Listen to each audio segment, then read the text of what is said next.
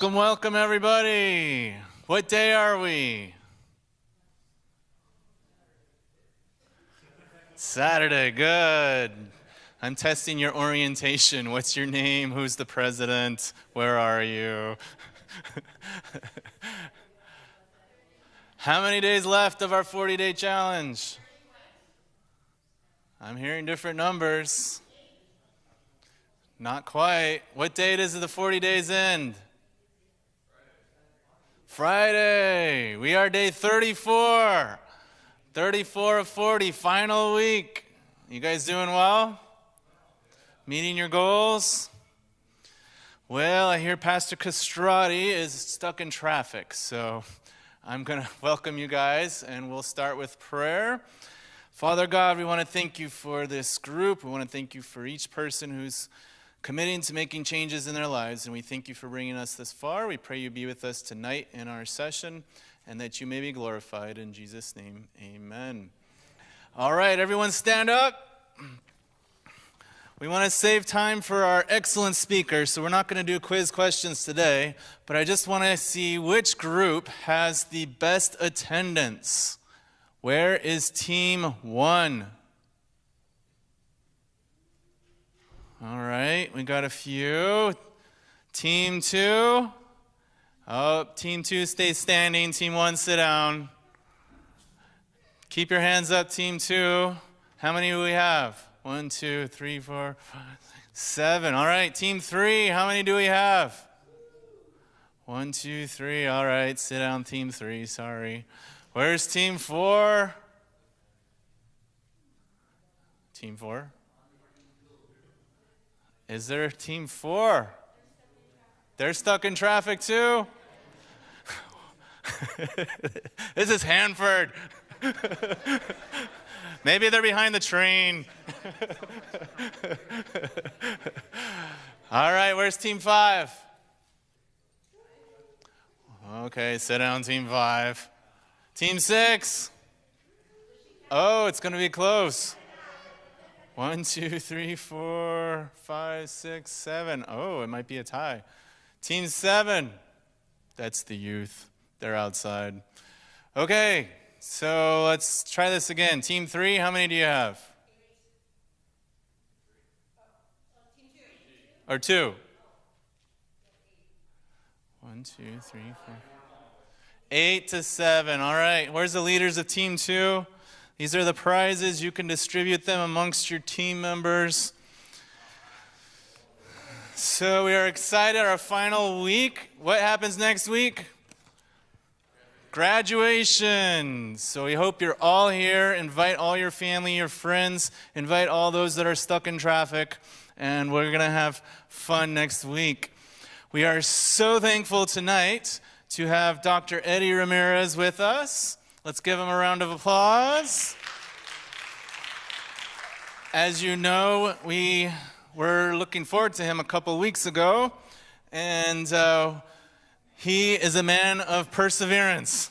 So he is faithfully, even with a broken arm, decided to come and bless us. He is an author. He is an international speaker. I think I saw 106 countries. Is that right? 104 countries he has spoken at around the world. He's a research scientist. He's done hundreds of studies on lifestyle medicine, and we are so blessed that he is here with us tonight. So we're going to go ahead and play our highlight video, and then he will do his presentation. Thank you so much, Dr. Ramirez.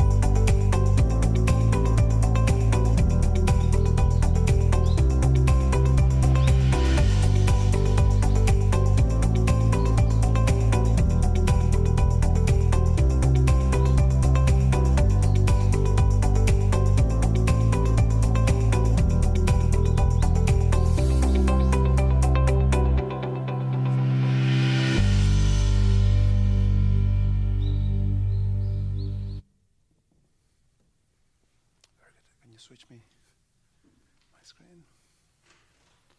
Very good. Okay, if not, there it is. Okay, well, welcome to the 40-day program. I've been hearing very good things about this program. In fact, I was actually contacted when you guys are going to start this program for a little bit there of advice regarding research and so forth. So I'm glad it has come to fruition. Let me show you something that came to visit me the other day. What is that? What a beautiful animal, isn't it? I like this animal maybe because I am originally from Mexico. If you see in the flag of Mexico, what do you see? There's what? And what type of snake? A rattlesnake. In case you have questions, if I'm from Mexico, look at this. The real thing. So how come there's a snake in the flag of Mexico? Well, the story goes that supposedly the Aztecs were looking to build a city, and the sign where to build their city was where they found an eagle eating a snake. And supposedly, that's what they found in what today is Mexico City. That's why they built it there. So if you ever visit Mexico City, watch out. Don't step in one of these creatures there. No? And it's a fascinating story. It was actually a lake that the water was not good. And they were able to build this city. When the Aztecs first came there to that area, they were amazed at how advanced their buildings and engineering was. They didn't have much land to cultivate because the other groups of people had kicked them out. So they designed this very advanced way of growing food. They would make these floating gardens.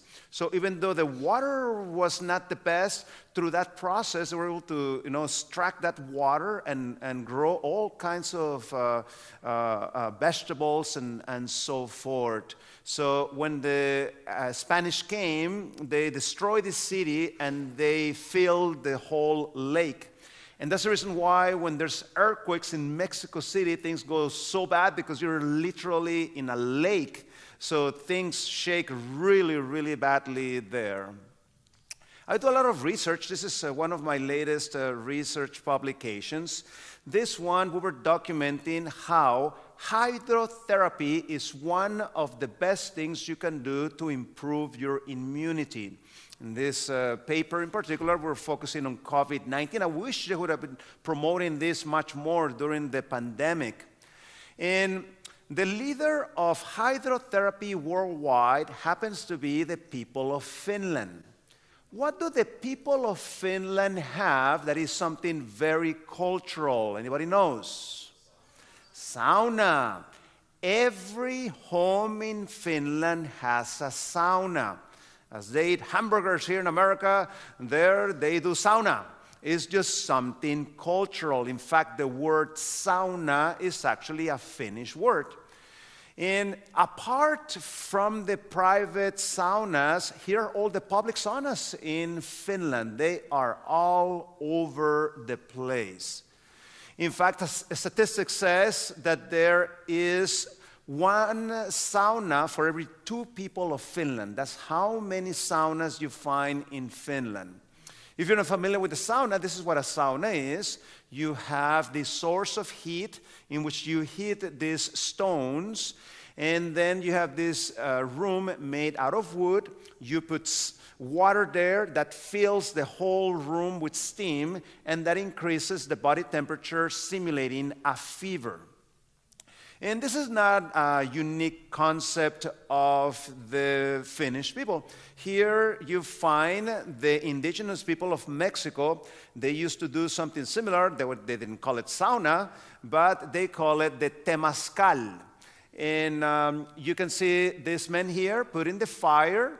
that increases the temperature of the room next door here, and then you go in this room and you get a very similar effect to a sauna bath. And we know the science why it actually works. Finnish people are very intellectual people, and they have done plenty of research documenting that. Learn this. Interferons interfere with virus and bacteria. So interferons are something that your immune system generates. And in fact, we could even predict during the time of COVID. Who was going to end up in the hospital with severe disease was the people that had low levels of interferons. Those people were in really, really big trouble. And you can see here what happens as you start warming up the body. As the body reaches a temperature of 102 Fahrenheit, notice how interferons explode in the body. That is exactly what you want to prevent infections in the body. And this is what the sauna does. As it increases the temperature, those interferons go up in your body, and therefore having, that protective effect. So I was actually in Finland in the winter, and I told my friends, I want to do the sauna bath the way the Finnish people do it. And they were like, Dr. Ramirez, are you sure? Yes, I'm very sure. So this is a lifestyle center in Finland. Here's a frozen lake, and there's a sauna right there. So we took out the chainsaws, and we went there to the lake. I'm telling you, this was a lot of work. We're talking about nice and thick, ice there, because the cold there, really hits you nicely. So we had to remove, those big blocks of ice. We went to heat up that sauna, and afterwards, bam, And then you count to 3, 1, 2, and 3, and let's go down. You can see my hand here, the thickness of the ice. You can see it there very, very clearly. For the Finnish people, this is the definition of something fun to do, In fact, they've been doing this for literal thousands of years. And if you check the statistics, Finnish people are among the most healthy people in Europe. So there is something there in that sauna regarding benefits. In fact, interesting statistic from Finland, during COVID-19, 75% of the people that died of COVID-19 in Finland were foreigners living in Finland. What happened with the foreigners? It's not part of their culture. Is it your culture to go every week to the sauna? No, isn't it? But to the Finnish people, every single week, they have to go once, twice, 3 times per week to that sauna, reaping all those benefits. I have a book later in the evening. This book is going to be available for those people that may want to acquire this book. This book actually is translated into 9 languages. Is in Chinese, and is in Finnish, and in Japanese, and many, many languages around the world. I only have some English and Spanish, so those of you interested in that. The way the book is written is like an infographic the whole way. And for those people that want to do follow-up on the things we're going to be talking about tonight, my research is found here in this link, and there's more than 160 studies there that you have access to. Everything here, by the way, is free. I'm not selling you anything. There's also an X or Twitter account, EddieRDMD, that I keep quite active. There's also the YouTube page. There's some videos there in multiple languages that you can have access also. And if you want to come and travel with me around the world, there is that Instagram page if you want to see what I am seeing around the world. Let me give you a few samples of things I put on my Twitter account. Very interesting study that shows that if you are exposing yourself to bright light at night, you increase your mortality. But if you expose yourself to bright light in the day, that actually lowers your mortality. So we need to learn that rule. In the night, darkness. In the day, brightness. In fact, one of the best ways to start your day is going outside to the bright light that actually has lots of benefits for your mental health. This one, how sugary drinks have been linked to millions of new diabetes and even heart disease cases. So that is something that is, I travel all over the world. I see that's a big problem here in America. This is something that we need to make changes regarding this. And this one shows you why the problem is. In this study, they were showing that just drinking a 20-ounce soda daily will increase your inflammation. And when you increase the inflammation, that is one of the main drivers of Alzheimer's disease, as we're going to be learning today, as well as heart disease, as well as aging. It ages you faster when you do that. So definitely, we need to make changes regarding that. This other one, how consuming 75 grams of sugar, how much 75 grams of sugar? Basically 2 big pieces of cake. There you're eating 75 grams of sugar. That actually has an effect on your insulin, and it also ends up affecting your testosterone.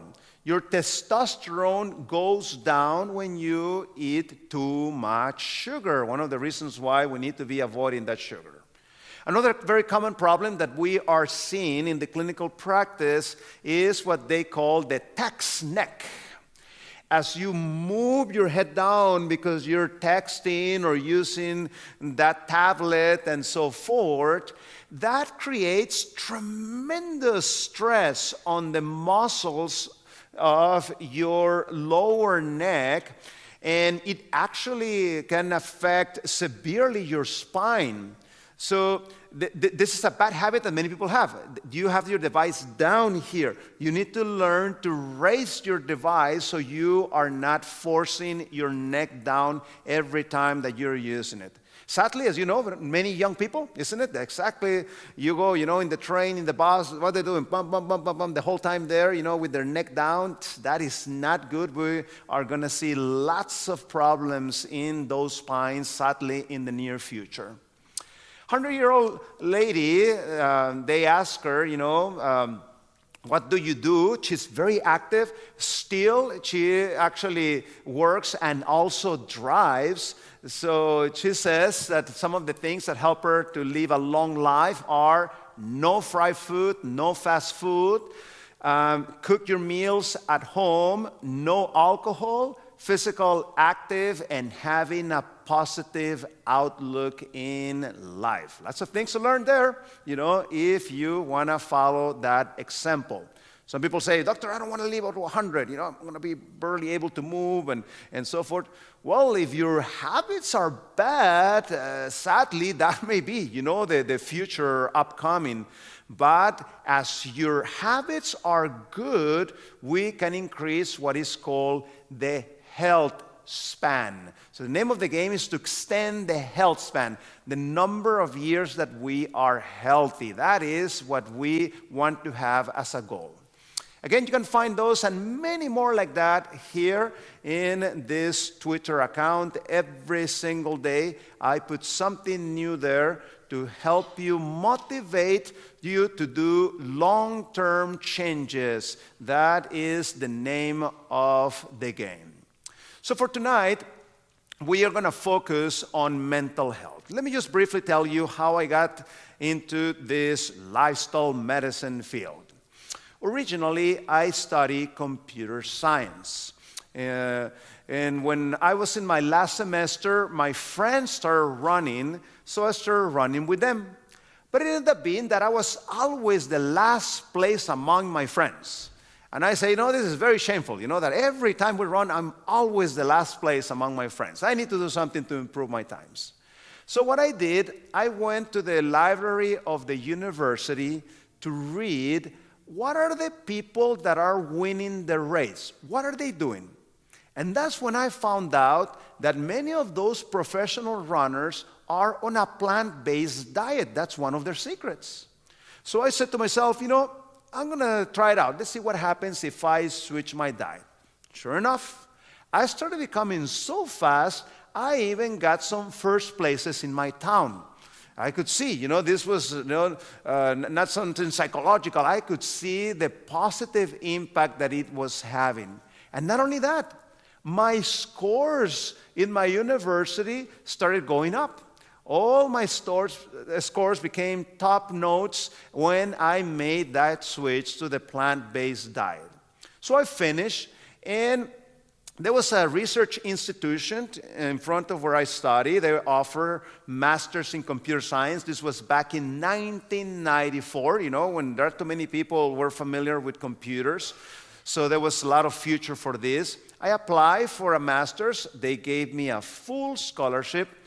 And while I was waiting to start my master's program, I visited for the first time a lifestyle program. This lifestyle program was located in Desert Hot Springs, California. They're near Palm Springs. And when the doctor in charge of the institution, Dr. Thomas, I was supposed to visit there just for the weekend. When he heard that I knew about computers, he was like, hey, I have many computer problems in my office. Could you help me this weekend that you're visiting your brother? And I said, sure, I'll be happy to help you. In 1 weekend, I fixed most of his computer problems. He was so impressed, he offered me a job on the spot. And to me, it was very confusing. I'm supposed to start my master's program. He wants me to go ahead and be part of his staff. I cannot do both, geographically speaking. And after thinking about it, I end up not doing my master's and rather joining that staff. And my life changed completely. When I saw with my own eyes how disease was being reversed in that institution, from diabetes, hypertension, depression, even some autoimmune conditions, I said to myself, you know what? Computers are interesting, but this is what I need to do with my life. And that's when the desire to go into medical school came up, which years later I was able to do. I also work in South Dakota. There's a lifestyle center there next to the famous Rushmore Mountain. If you ever want to go on a nice vacation, that's a very nice place to visit there. I'm still board member of that institution. And I also work in Hawaii. We were doing programs for Koreans. So Koreans from America and Koreans from Korea used to come there to Hawaii as an intermediate point, and we would apply those lifestyle programs. And I also work in Norway. I speak Norwegian because I used to live in Norway for many years. And there's a beautiful lifestyle center there called Fredheim. It's actually not that expensive. It's located in the mountains there of Kongsberg, that place.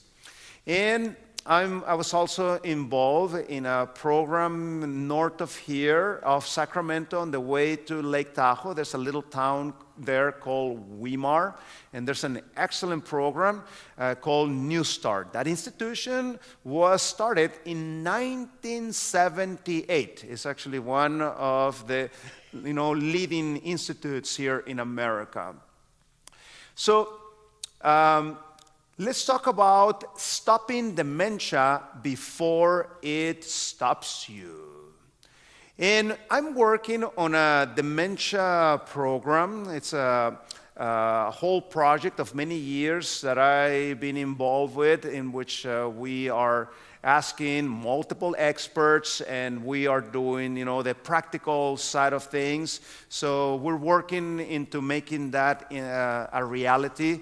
Potentially by the end of this year, we will have that program running so people can learn to implement many of these changes little by little.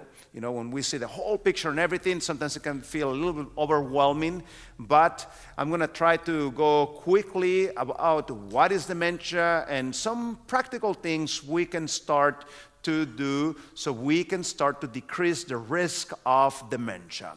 Many people are afraid of dementia. They've seen, what dementia can do. It's a very sad disease in which the mind is gone. Sometimes the body still is strong, but once the mind is gone, is game over, isn't it?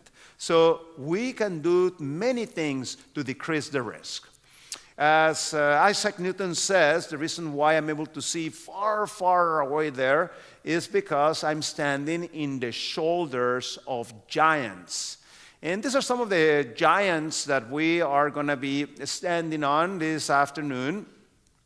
These are major institutions that have done very interesting research regarding dementia prevention, and we'll try to, get the practical side of things of these things.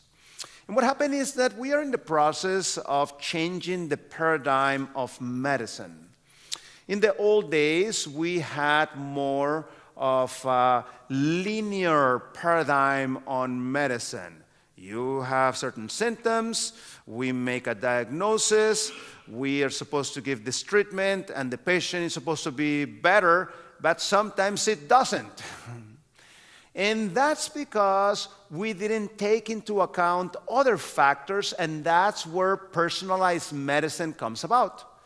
Personalized medicine, what it does, it tries to take all the factors into account, or as many as possible. Because, you and I are different. We don't have the same ethnic background, genetic background, upbringing, a religious background, and so forth. And you want to take into account all those factors into that equation and personalize the treatment of the patient. In that way, it is much more effective. And we're talking about how dementia can be devastating. Look at this artist.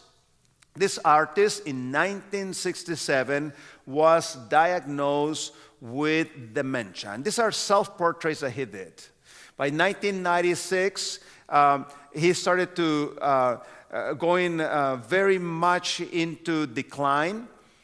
96, second part, 97, 97, second part, 98. Look at how his paintings became more, of modern type of so forth, not because he was changing style, but because the person was losing his mechanical abilities.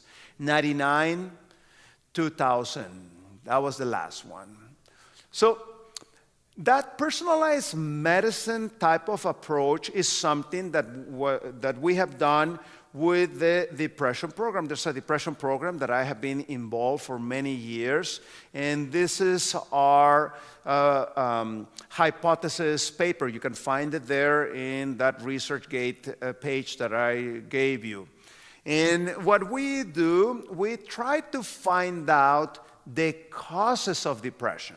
Because if you can pinpoint at the causes of depression and you're aware what those causes are, you can start to reverse many of those causes, and that's the way we're able to help many people reverse their depression and anxiety. So if somebody here is interested in getting Alzheimer's disease, I'm going to tell you what you need to do. Make sure you eat lots of meat and plenty of sugar. Make sure your sleep is nice and bad. Make sure you don't do any exercise whatsoever. Get rid of important hormones like your testosterone, your estradiol. Make sure your vitamin D is nice and low. And I'm telling you, you're going to end up developing type 2 Alzheimer's, type 2 pathway to end up to Alzheimer's. We'll go through those pathways in a minute. So as you can see, our actions have consequences even if we don't like it. That's just the way that life works. And here's some statistics. 1 out of 20 people over the age of 60 are going to end up with a diagnosis of dementia. 1 out of 5 people over the age of 80 will end up with that diagnosis of dementia. And when you see the projections, what we are expecting to see in the near future, things like cancer can start to decrease, heart disease, stroke, HIV. But what's happening with dementia? We are going to see a tremendous increase in dementia. But I'm very glad you're here this afternoon, so you can be, not part of those statistics of that future. So, for example, currently right now, we have 35 million people with dementia. By 2050, that number is expected to grow to 115 million people. And when you see here in the map worldwide where we are seeing lots and lots of cases of dementia, where are we as America in this map? There's some things that America is number one and we should be very proud about it. This is not one of them. This is definitely not one of those statistics. So I'm going to be using actually quite a bit interchangeably the word dementia and Alzheimer's. Dementia is an umbrella term. There's many different types of dementia, but it happens to be that the most common dementia that is diagnosed here happens to be the Alzheimer's dementia. There's also the vascular, Lewy body, frontotemporal, and a few more of small groups. So here are 5 warning signs for dementia that we should be aware of. The classic number 1, memory loss that is affecting our daily functioning. For example, the person may have lived in the same place for a long time. It's having a hard time finding his house. They need to put the GPS and so forth. That's not normal. 2, difficulty performing familiar tasks. You've done it many times. That cooking, those taxes, the work you do on a daily basis, and suddenly it becomes difficult. That's not normal. Problems with language. The person is speaking to you, and they're like, I have the word here. I know what it is. And somehow you're starting having trouble finding those words as you are in a conversation. That's not normal. Also, disorientation in time and place. The person, loses track even the year. They don't know what year we are. They don't know where they are. And finally, impaired judgment. A friend of mine was telling me that when they started realizing that his dad was having problems with beginnings of dementia, he said he was driving there in town, and suddenly his dad floored the car and started going like 70 miles per hour in the middle of the town. And they were like, Dad, what's wrong? Why you did this? He didn't even know why he did that. And that's what started as they brought him to the physician and ran one of those specialized tests. Sure enough, the issue was that he was having issues with the beginning stages of dementia. And one question that I get quite often is, Doctor, what's the difference between normal aging and dementia? That's a really good question, isn't it? Water. See, normal aging, as you get years in your brain, it's normal for your brain to start to slow down, okay? But your intelligence should remain the same. In other words, if you were very bright when you were young, you will continue to be very bright as you get older. But I have bad news. If you were not very bright when you were young, the same story is going to continue. But it's normal to start forgetting some things, especially things that we are not normally, using and so forth. For example, thank you. If you went to some Pacific island there in the Pacific when you were younger, and then I ask you, hey, what was the name of that fruit that you tried in that Pacific island? You're like, I know it was really good, but I don't remember the name. that's okay, to forget that information. But if you start forgetting the name of orange and apple and banana, I start to worry. Because you shouldn't be forgetting those things. You are in constant, contact with this type of products, and you shouldn't be forgetting those things. And look at the image of a brain with severe Alzheimer's versus somebody that has a healthy brain. So, somebody with severe dementia, the way that the pathologist describes this brain, they say, is like a tree that is losing its leaves. And what ends up happening, the brain starts shrinking. And that's not good, even for things like falls. If somebody has that type of shrinking type of brain and falls, the brain bounces inside that skull, more likely that you can tear, one of those veins in your brain and have a very severe, life-threatening problem that you need to intervene immediately. So what is dementia? Well, dementia is when we have that decline of processing of the information accompanied by changes in the personality and the behavior. The person used to be like all the time, talking, very talkative and telling jokes and so forth. Now it's only like quiet and so forth. That's not normal, That's what we're talking about, a very severe type of change in personality. In dementia, the way that we make that diagnosis, we check different things. There are specialized tests that check these things. So we have the memory issues, especially the recent type of memory is the one that the person with dementia is going to have trouble. Sometimes you ask them for something that happened 30, 40 years ago, they remember that. But new information, they have problems storing and recalling that information. 2, the different aspects of the brain, such as language, motor, recognizing things, and your ability for your frontal lobe to function properly with the planning and so forth. And 3, things are getting worse and worse and worse as time goes by. So, Alzheimer's disease goes through 3 stages.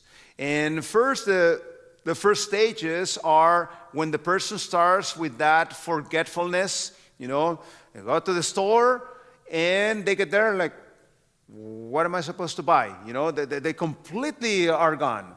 They're reading something in a book. They get to the bottom of the page. They don't remember what they were reading, things like that. And the relatives around them notice that something is not okay with that patient, with that person. And once it's taken to the doctor, they can do that diagnosis. And then you have the second stage in which there was severe memory loss.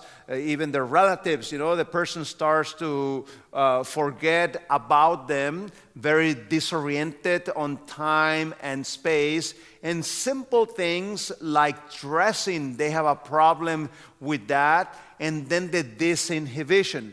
They don't see what's wrong of coming down for practice without your pants. And stuff like that. And then you go into the very sad stage of the disease, the stage number 3, in which things get really, really bad. The person, completely forgets how to speak, is completely dependent on other people for all their daily needs. Many times they become aggressive. Many times they become foul-mouthed. Sometimes they're just lost completely and they're just shouting. They don't know what's going on. And if you bring me somebody with stage 3 dementia and tell me, doctor, do something for this person, I'm going to tell you, I am sorry. This is too late. Who I want to talk to are the children of this man. Those I want to talk to because they can start making radical lifestyle changes that can decrease the risk for them to end up exactly at that stage 3 dementia. And as I tell my patients, your brain is just like a boat. See, how good your boat, quote, quote, is, and how good material the boat is made out of, they have to do with your genetics and what happened in your early years of upbringing. But if your lifestyle is not good, you're going to end up weakening your boat, and your boat is going to end up sinking earlier than what it should. So, what are you doing in your 30s and 40s? What diet are you following? What level of stress are you under? How is your sleeping pattern? Are you taking control of your weight? Are you developing insulin resistance? Is your blood pressure under control? These types of things, if you let them go out of control, they're going to start weakening your bone. So when you end up in your 50s, now you can start to see those cracks in the bone. That's what we call those amyloid and tau proteins that you can literally see in that brain. And if you don't correct things at this age, by the time you are in your 60s, you're going to start getting so much water in that boat that even if you try to remove that water, it may be too late, and that boat is going to end up sinking early. Now, today with the advances of genetics, we have identified a few genes. One of them is the APOE4. Now, having this gene in your genes doesn't mean you're destined to end up with dementia.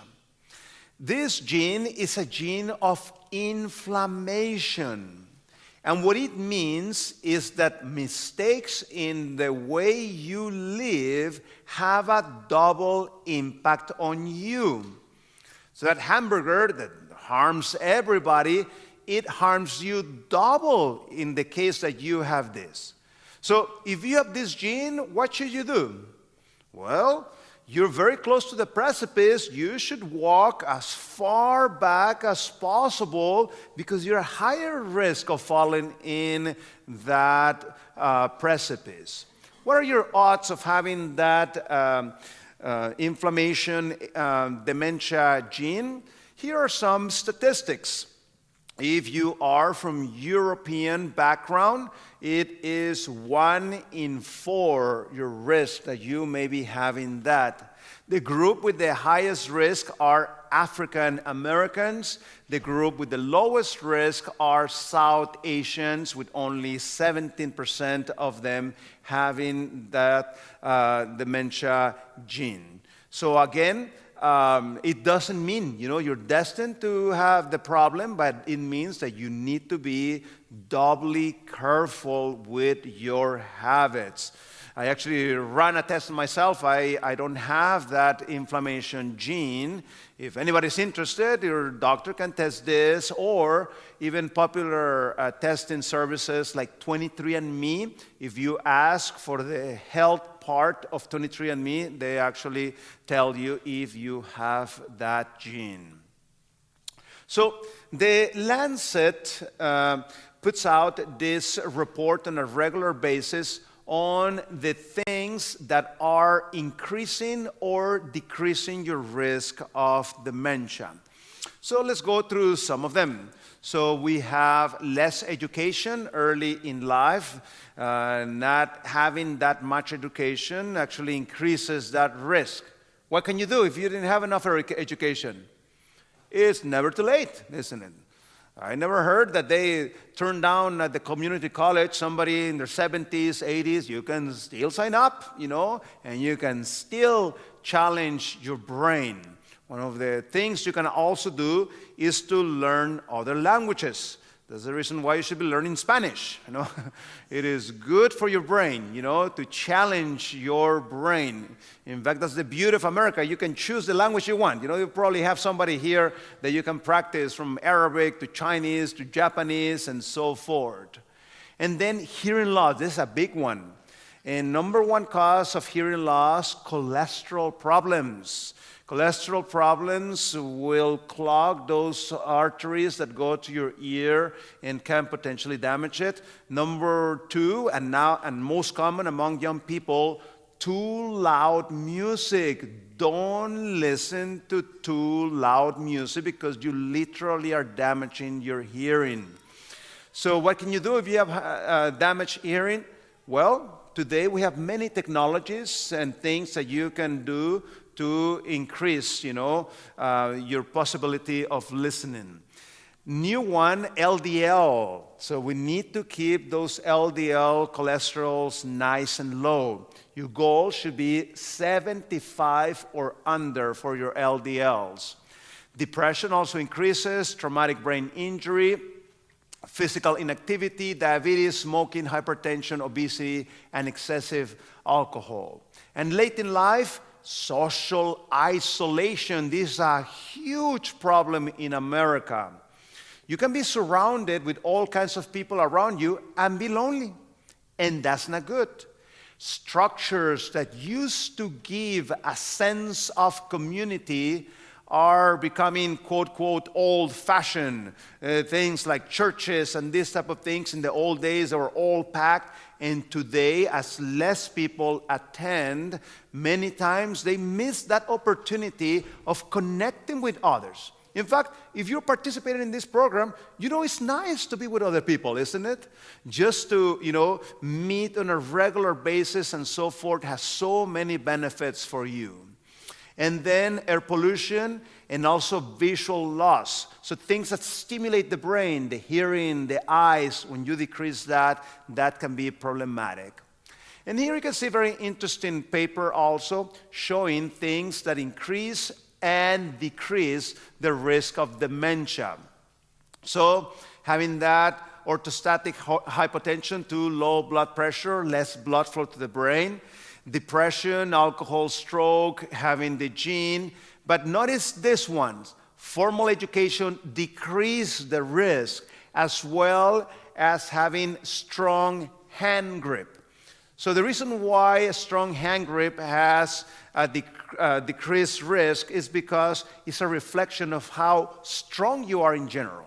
So that's why it's a good idea to do exercises that not only help their heart with their walking and so forth, but you also need to work on your strength training. We have a big problem today. We don't do enough things that are hard. Life is very easy in America. I go to other places in which people are carrying all these heavy loads in their head and so forth. I don't see those things here, So we need to do things to help us increase our strength. As you can see, that decreases the risk of dementia. And this is the interesting thing to me. We can have people that have the same age, and when you go and check their arteries, some of them, their arteries look like this, nice and clean. Some other people, their arteries look like this. What makes the difference? Is it luck? Not necessarily, isn't it? Is the choices that we are taking are either stimulating the plaque buildup in our arteries, or they are stimulating the cleansing of that plaque from our arteries. Same story with the cells that make your bone strong or weaken your bone. What are you stimulating by your lifestyle? Are you stimulating the bone-destroying cells, or are you stimulating the bone buildup cells? That is done by things like strength training, by lowering stress, by eliminating caffeine, by making sure our vitamin Ds are nice and high, by eating enough calcium so your bone, can be formed and strengthened and so forth. So the choices that we are taking are either taking us towards weaker bones or stronger bones. So in the same way, we have that type of agonistic, antagonistic mechanism at the level of our brains. We have processes that destroy the connections in our brain. And at the same time, we have processes that create connections in our brains.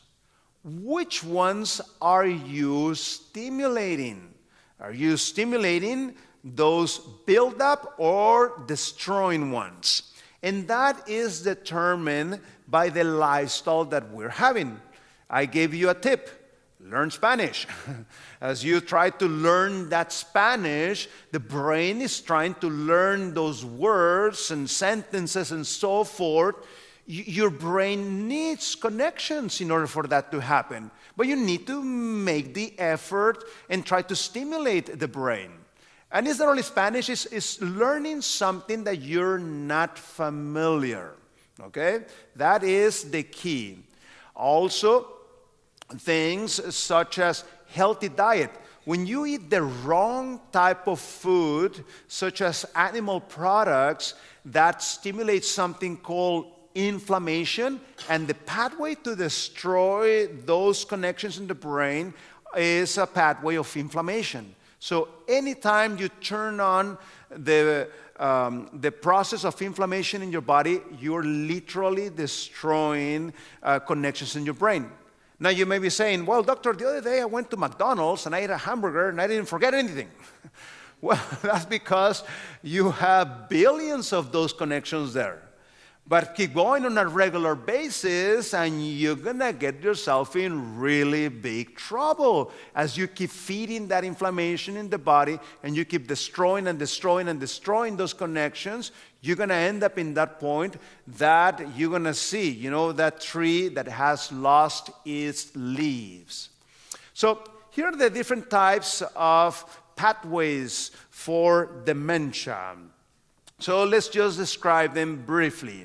Number one, inflammatory or infectious. I was telling you, things that cause inflammation, it takes you a path towards dementia. That's why we need to stop inflammation as soon as possible. As well as infectious agents. Infectious agents that are not removed, they keep the infectious agents turn on the inflammation in the body, and that can take you to a dementia. And by the way, usually somebody that ends up with dementia, it was not one pathway, it's actually a combination of multiple of them in the majority of the cases. Then we have the atrophic.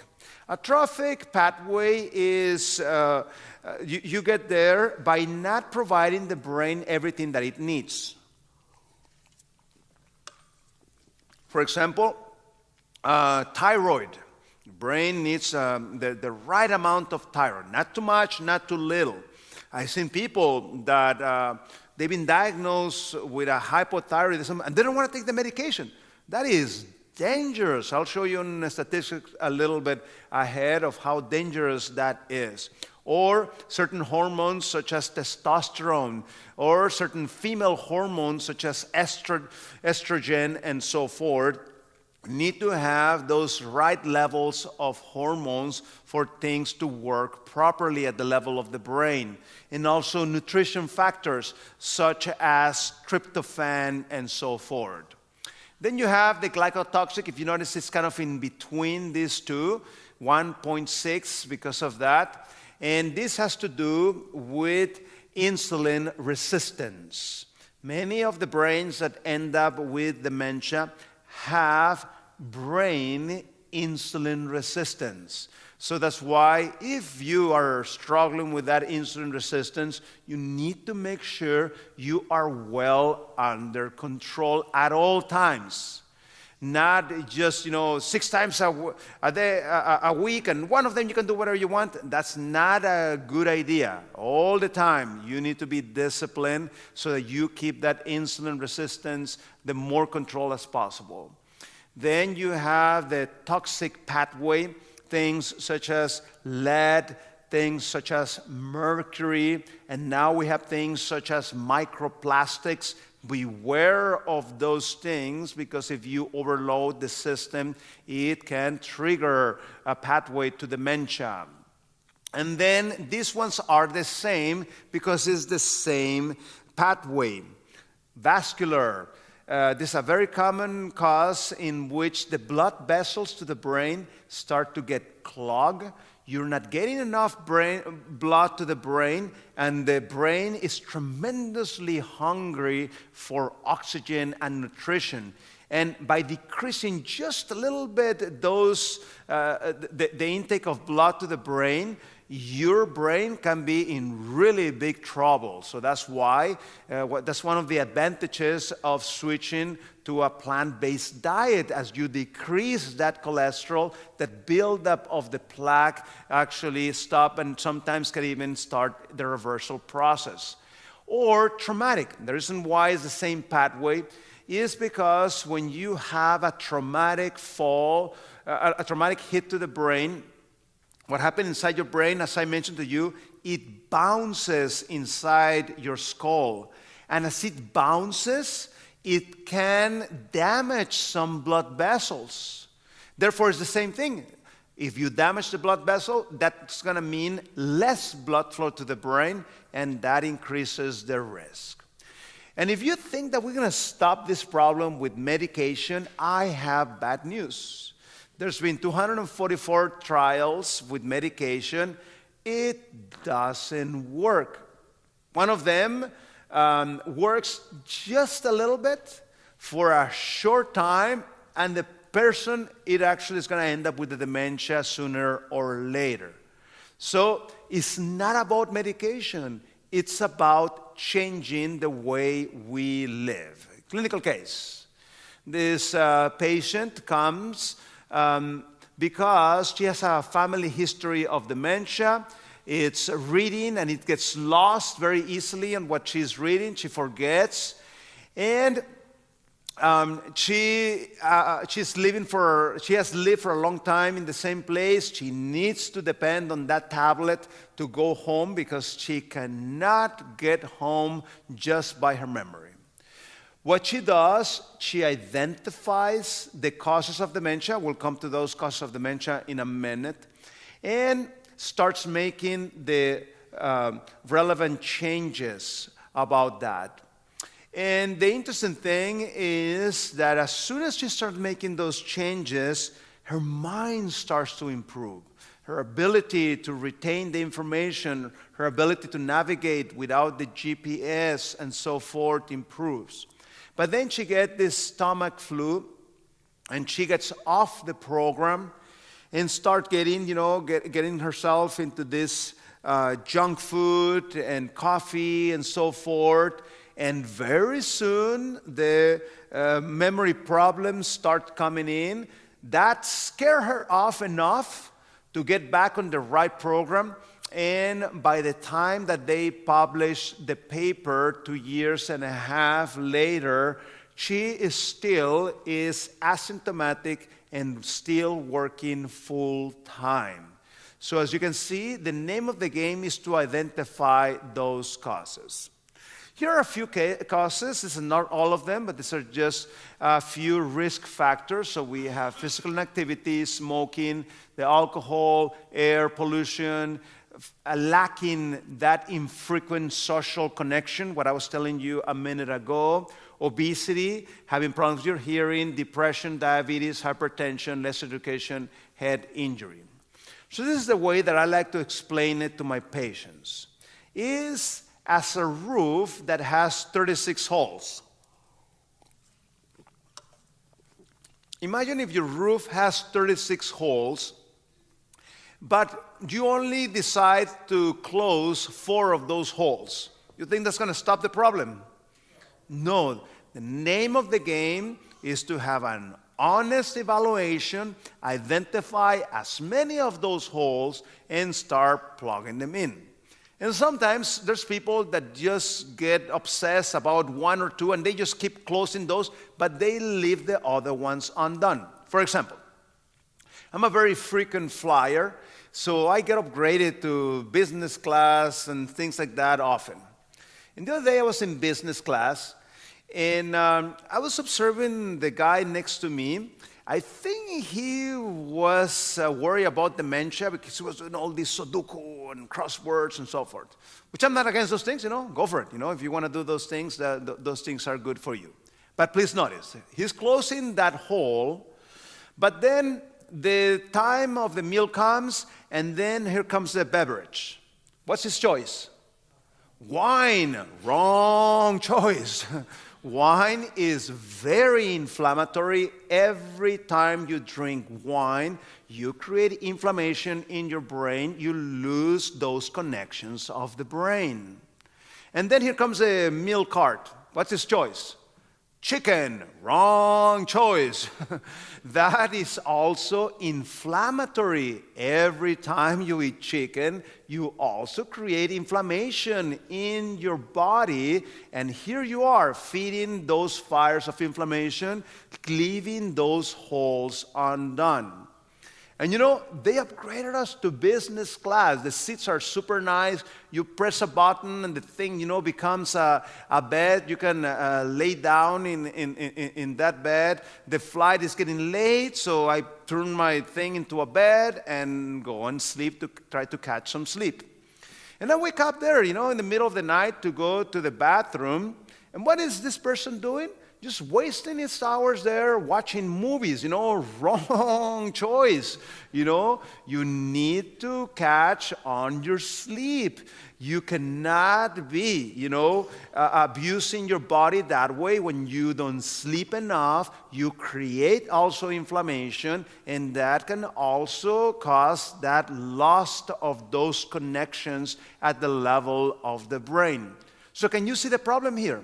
Here he is, very carefully trying to close these holes, but what about the rest of the holes?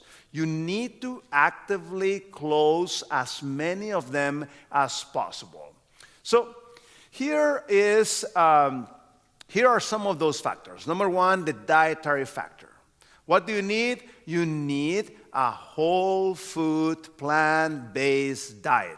The research is very clear. That's the best diet to decrease inflammation. That's the diet that is going to bring all those antioxidants and nutrients that your brain needs to optimize their health and keep them as healthy as possible for the long term. That's the diet that is going to lower those cholesterols. And as we mentioned, when that cholesterol is high, it starts to accumulate in your blood vessels, and you can end up with that vascular type of dementia.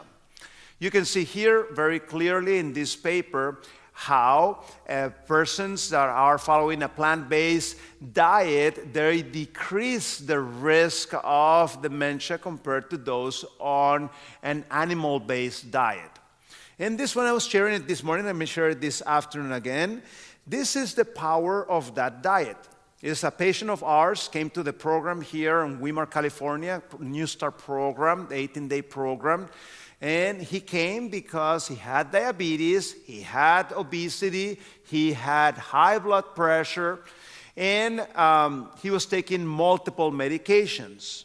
In only 18 days of following that whole food plant-based diet, that exercise, that rest, that stress control, and so forth, he is able to lose 16 pounds. His blood pressure comes down to normal levels. We have to stop the blood pressure medication.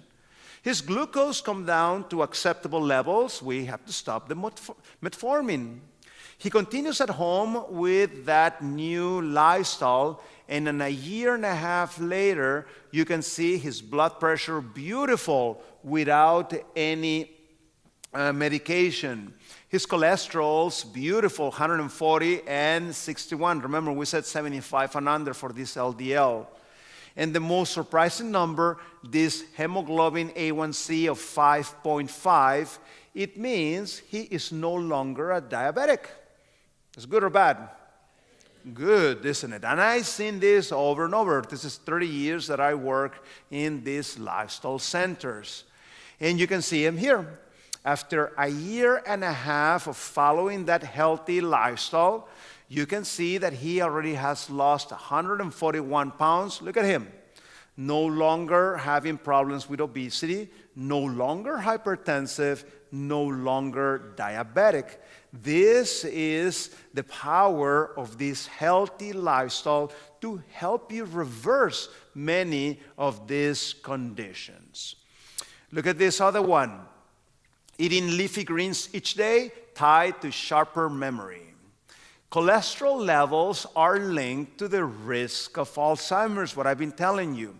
We can make that prediction. Somebody with higher cholesterols have higher risk of Alzheimer's disease. And this one, healthy eating reduces cognitive decline. The wrong eating habits can hurt your brain, not just your waistline. And that is the reality of the world we live in. And what about coconut oil? I hear this very much. Coconut oil is not the best thing for your brain because it can increase the bad cholesterol, the LDL, and that can actually start to trigger a vascular dementia. So definitely beware of that coconut oil. I wouldn't be using that on a regular basis. Once in a great while, that's okay, but do not use this on a regular basis. What other thing can we do? We want to switch ideally to a 2 meals a day program. I've been eating 2 meals a day since 1997, and I love it. So what happens when you do that? You create that long fasting between the last meal and the breakfast, and that is the best time. You stimulate the repairing mechanisms of the DNA of your neurons. Here's the paper. This is from Johns Hopkins. People doing the 2 meals a day enhance the ability of the nerve cells to repair their DNA. That's exactly what you want. See, if your DNA in your cells is not repaired, apoptosis, that cell is going to die. So I don't want those cells in my brain to die. So I want to help the reparation of that DNA as much as I can. Another thing, sleep. We need to be logging in our 8 hours of sleep a night. Some people are going to need a little bit of help regarding that. Many times, problem has to do with the wrong habits, such as cell phone, television before you go to bed, having too much bright lights at home at night, caffeine that can also interfere severely your sleep. Eating too much in the evening can also cause problems with your sleep. Irregularity, you need to go to bed every night at the same time. Stress management, you turn on the TV, they bomb, this country and blah, blah, blah. Man, do you think that's going to help you have a good night's sleep? I mean, that's the wrong time of the day to be creating stress in your life. So beware of that. Look at this one. Less REM sleep tied to greater risk of dementia.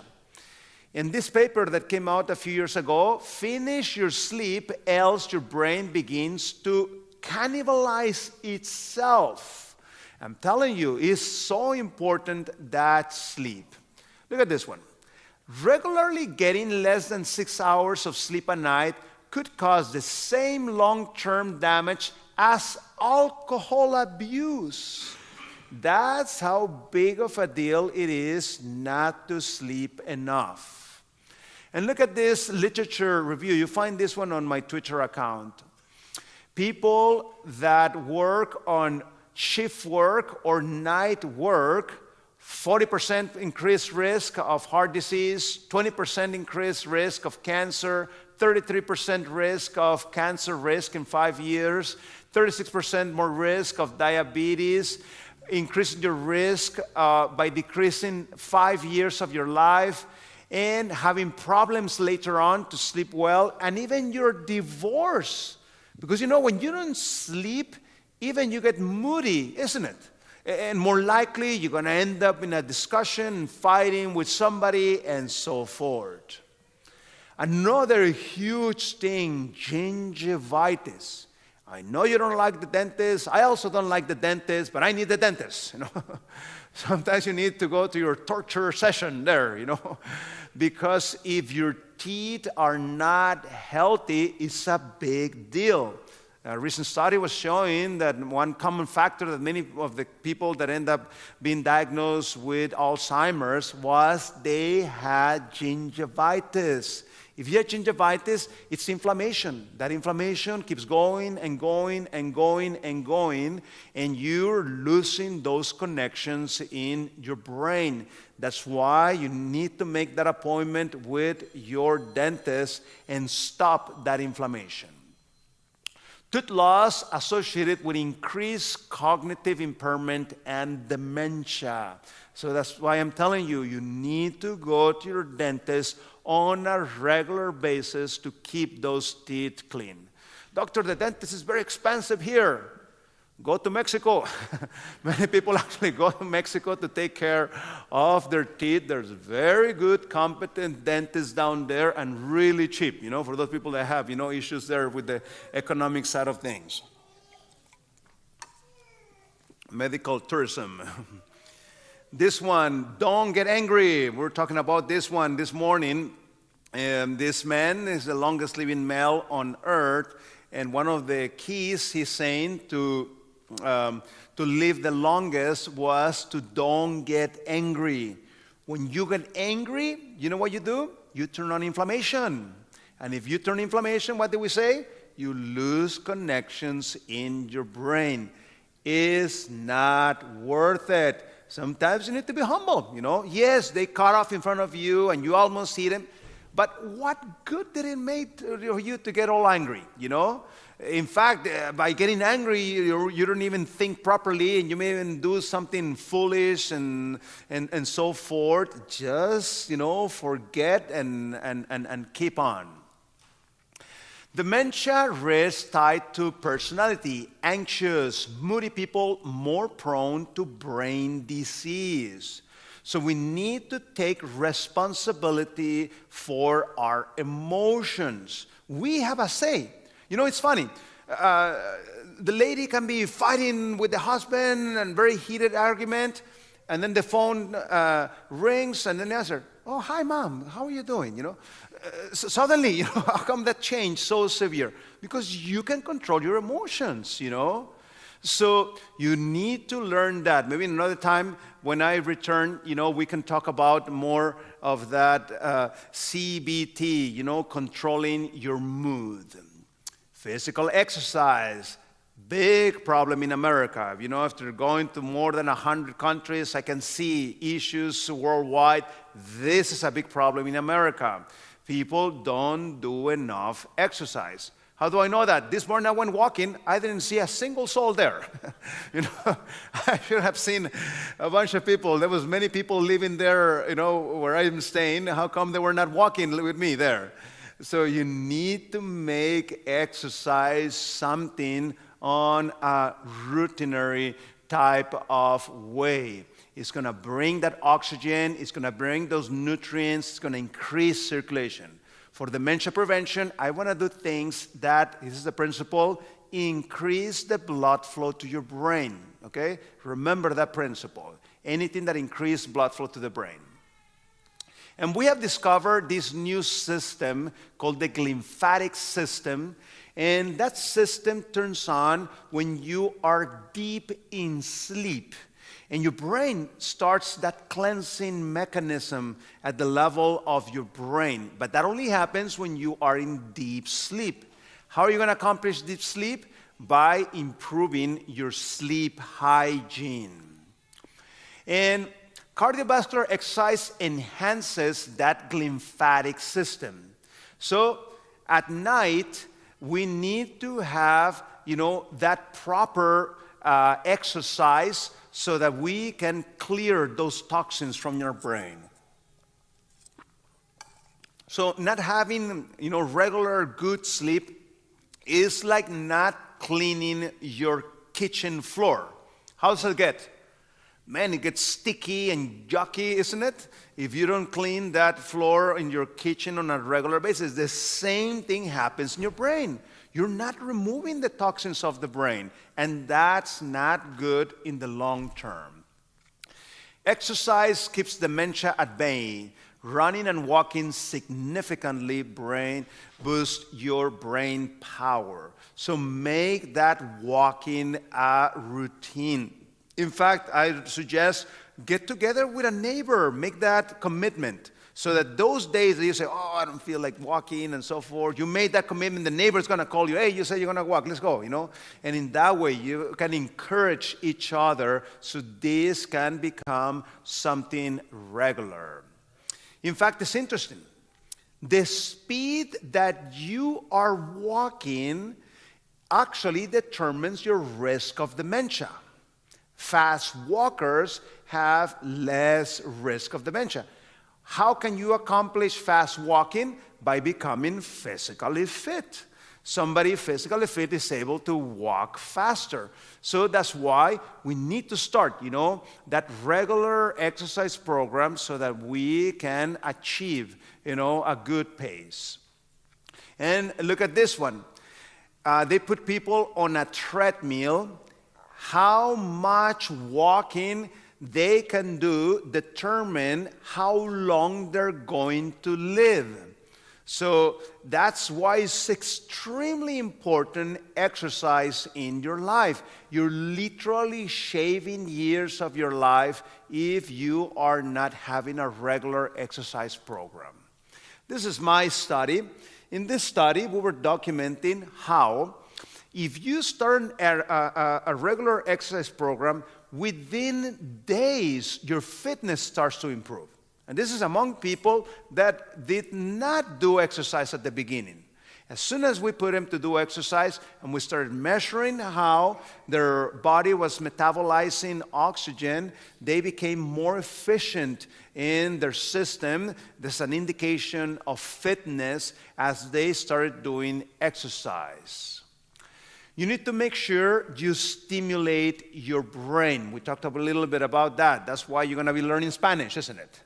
And also, you're going to be doing things like solving riddles, mathematics. An exercise that we like to give to our patients is to solve proverbs. A proverb doesn't mean exactly what it says there, isn't it? You have to think about what's the meaning of that. Well, when you solve proverbs, you are like lifting weights for your brain. Well, a good collection of proverbs happen to be in any Bible. There's actually a book literally called Proverbs there. And it's like super handy because it has 31 chapters. How many days a month has? 31. So just go ahead and read the chapter of the day. Even if you're a non-believer, believe me, you're not going to learn anything bad there.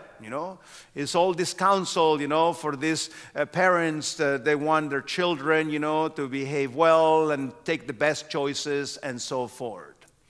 These are blood tests. My homocysteine, I want to have it nice and low, less than 7. There's many factors that can increase homocysteine, but one of the most important ones, vitamin B12. You need to make sure that you are taking vitamin B12. So it's a good idea to actually measure that vitamin B12, and you need to have it within range. And this is something you can ask your primary care provider. Next time you're going to do some blood tests, ask him, that you want to know what is your vitamin B12. Also, the C-reactive protein, the ultra-sensitive. There's another blood test, that's the name of it, ultra-sensitive C-reactive protein. I want to have that less than 1. And that has to do with inflammation. So having more than 1 means there's inflammation in that body.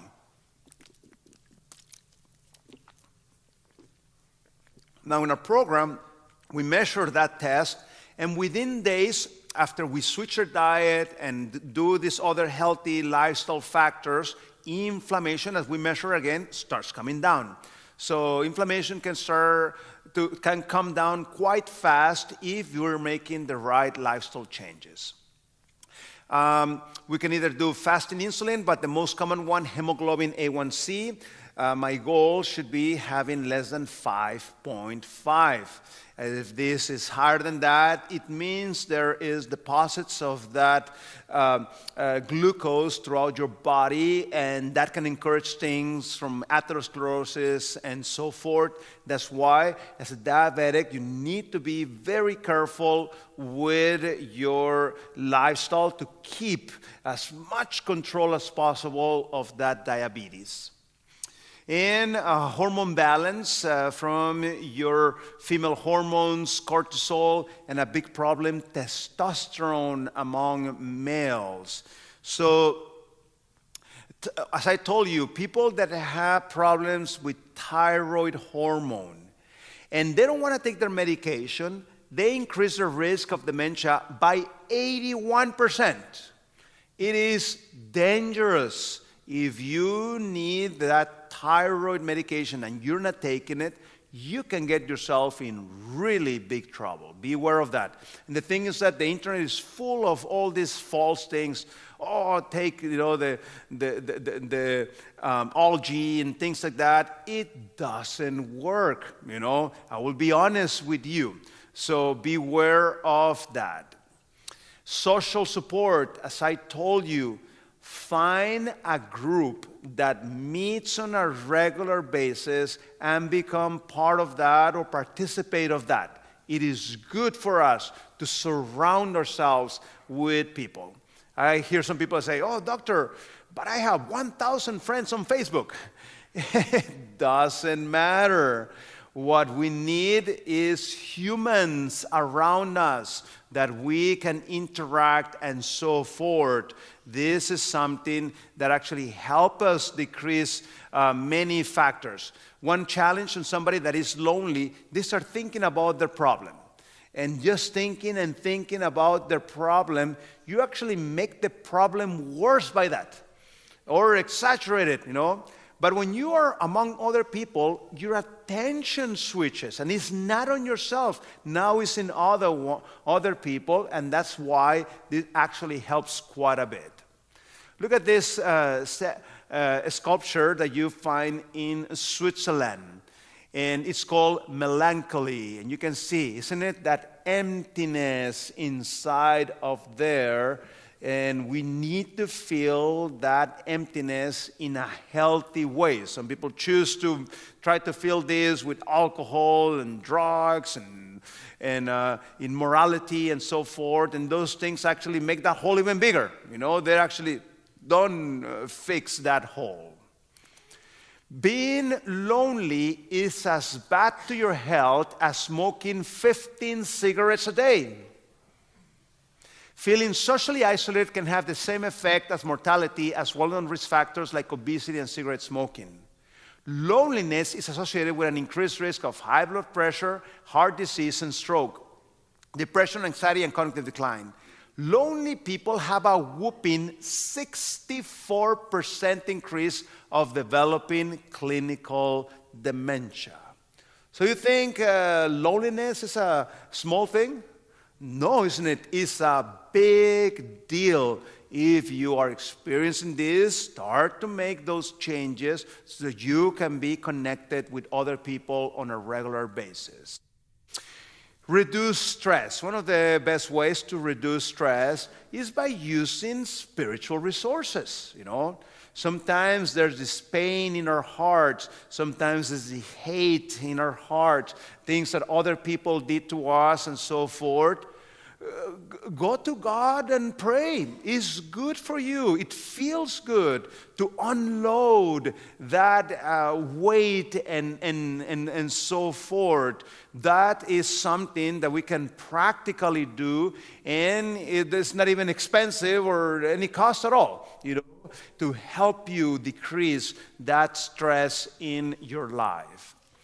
Make sure that you are bringing that fiber to your system and eating those prebiotics and probiotics on a regular basis. Plant-based ones are much better. And today there's no excuse. You can go to the store, you can find the soy yogurt, and you can find the almond yogurt, you can find the coconut yogurt, and all kinds of different types. Go and experience, and find some that you like and use them. Sunshine, not too much, not too little. Look at this very interesting paper. Too much sunlight increases risk of dementia. Too little sunshine decreases your risk of dementia. So we need some wise exposure to sunlight. This actually decreases the risk of dementia. In this particular study, it was 1.5 hours. And make sure your vitamin D is in level. You guys live exactly where the line is. There's a line that it goes from San Francisco and up. People that live above that line actually don't get enough vitamin D in the winter. Now, lucky for you guys are just a little bit under that line, isn't it? So what I would suggest you do, ask your doctor to measure your vitamin D. So if I check you in a physical exam and I touch and so forth and see, I cannot see what your vitamin D is. We need a lab number. So next time you ask for some labs, also you can ask them to measure your vitamin D. And I want to have that between 50 and 70. Avoid caffeine. Why? Because caffeine decreases the blood flow to the brain.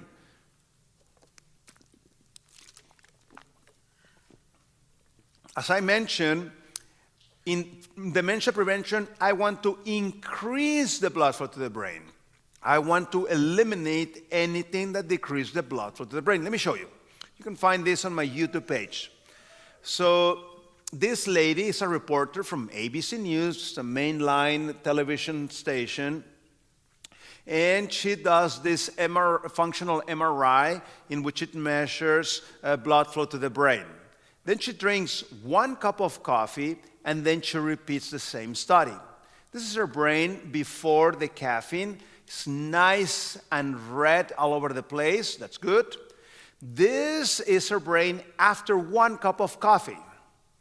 40% decrease of blood flow to the brain. You think that's good? No. Again, that's the reason why I'm sending you to walk, so you can increase the blood flow to the brain. And this is doing exactly the opposite. How do we know caffeine is not good? As a general rule, in lifestyle medicine, anything that is addictive is not good for you. I'm yet to find somebody addicted to broccoli. Oh, doctor, I didn't eat broccoli. I'm going to get a headache, and I'm going to get nervous, and so forth. But if you're drinking caffeine on a regular basis and you stop that caffeine, what happens? Oh, here comes the headache, here comes the nervousness, and so forth. So the sooner, you can eliminate that, the better. Look at this. Drinking 6 or more cups of coffee a day decreases the volume of your brain, increases your risk for dementia. And apart from the fact that it disturbs your sleep, make sure you're eating enough antioxidants by eating a variety of plant foods. you want to avoid any type of alcohol. Even moderate drinking changes the brain structure. And those changes are not positive, they are negative, according to this study. This is my study. In our study, we're documenting how the consumption of alcohol increases the risk for mental health problems. And look at this one. This is a study from France. In France, the use of alcohol is actually quite common. Largest study they have done. One thing that show us who was going to have problems with dementia, the people that were using the alcohol in France, those are the people that have the highest risk of dementia. And now you know why. Because alcohol turns on inflammation, and as we said, anything that increases the risk of inflammation will destroy connections to your brain. Make sure you're eating your zinc and your copper, and this one we're going to do by eating enough legumes. Legumes are a superfood. Make sure you don't have sleep apnea. The person that is snoring and then suddenly stops. And then you hear this, big loud noise. How do you know if you have this? Ask your partner. They know that. So if you have, suspecting of that, go and do one of those studies so we can be determined if you have one of these issues. It's very important to deal with this. If you have this, you're creating inflammation every single night. Is that good? No, you're literally destroying connections. You need to deal with this CPAP. One of the most common ways of helping this with lifestyle is by losing weight. As a person gains weight here, it also gains weight here.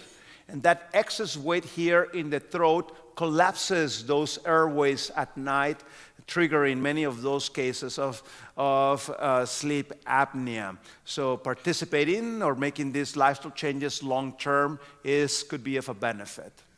Sleep disorders in breathing, that actually is linked to cognitive decline.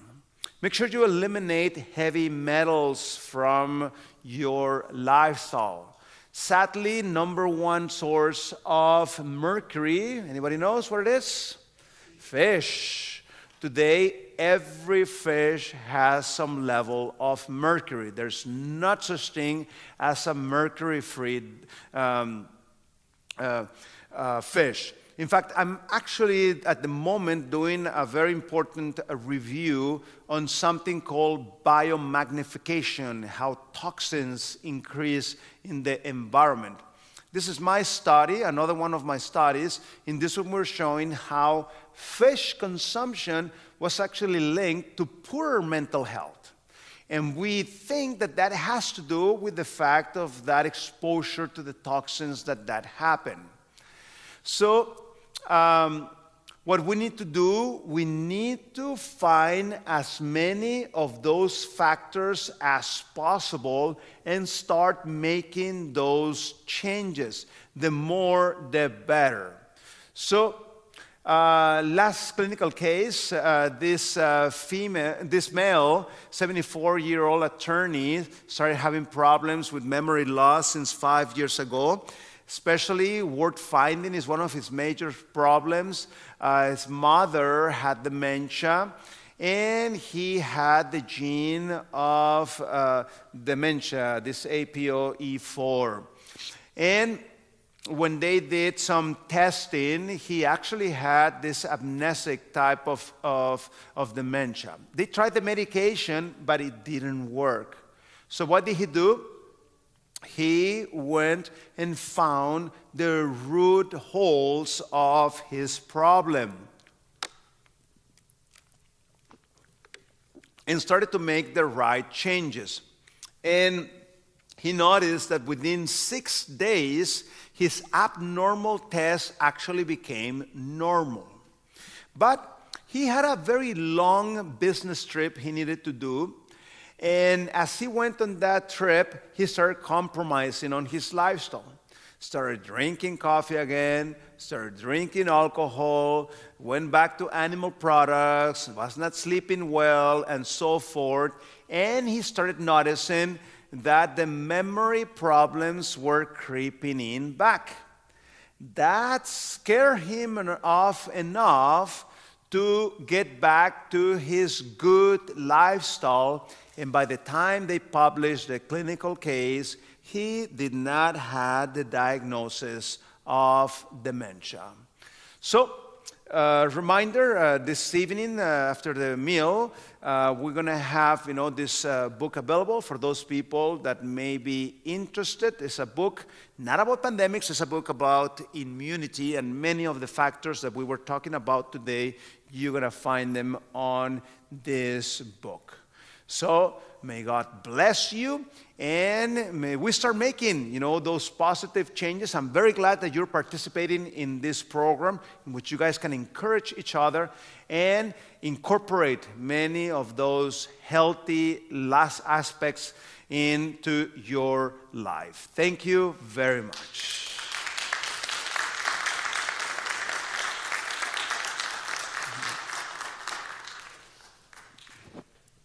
Thank you. Let's go ahead and say a blessing, and then we'll head out and get our meal. Father God, we thank you for giving us the blessing of wisdom and knowledge and the ability to help take care of our bodies and our minds. We want to glorify you in everything we do, so help us as we make these changes. Help us to enjoy the meal. Thank